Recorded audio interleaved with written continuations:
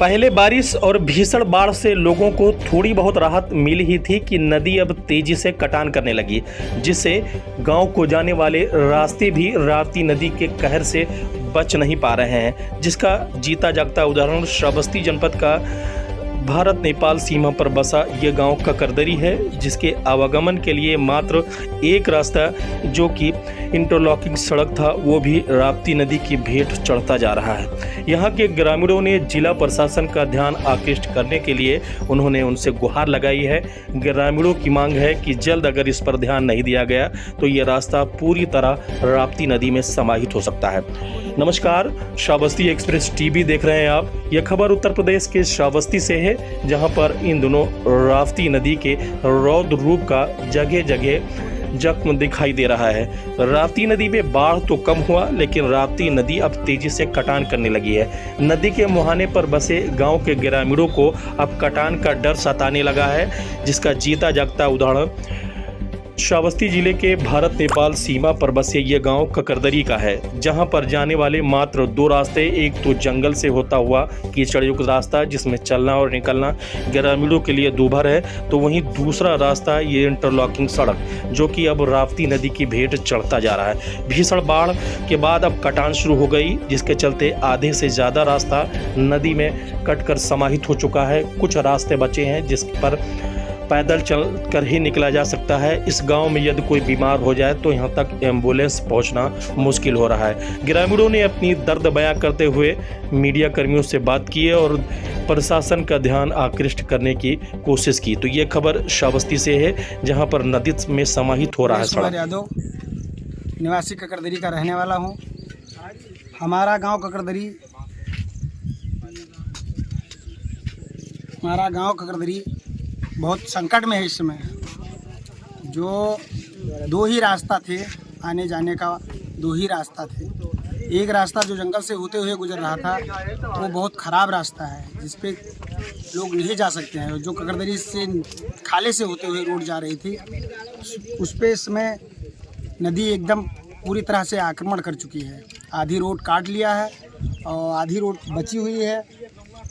और अगर कर्मचारी लोग इस पे कोई कार्रवाई नहीं किए, कोई सुनवाई नहीं किए, तो ये भी रोड कट जाएगी और गांव के लोग कट जाएगी या कट चुकी है?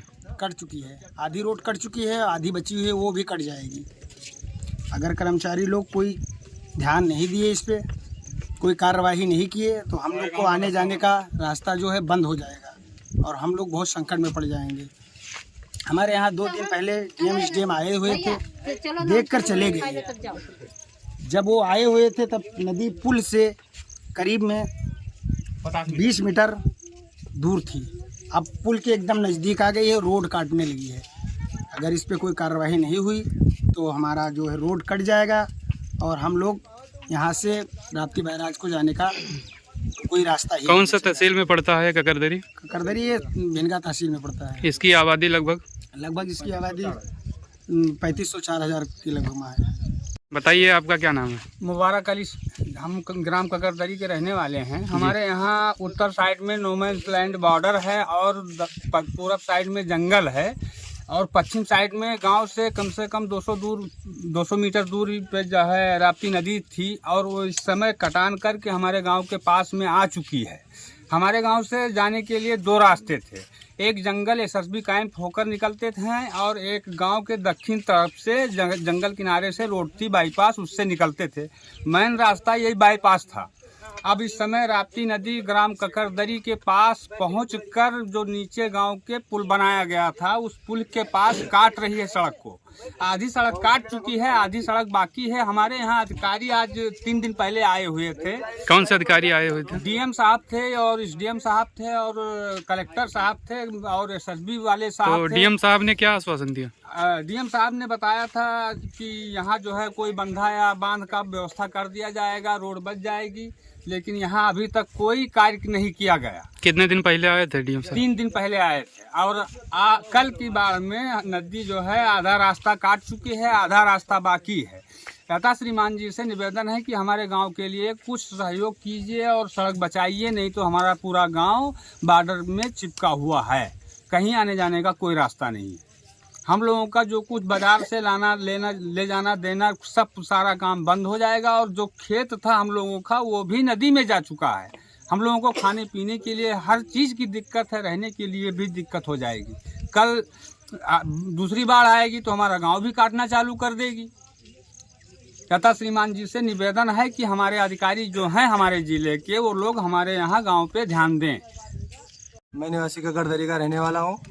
मेरे यहाँ समस्या बहुत ज़्यादा है। एक तरफ बॉर्डर, एक तरफ जंगल और तीसरी तरफ नदी है। जाने आने का रास्ता नहीं है और कम से कम यहाँ की आबादी 3,000 से लेकर 4,000 तक की है।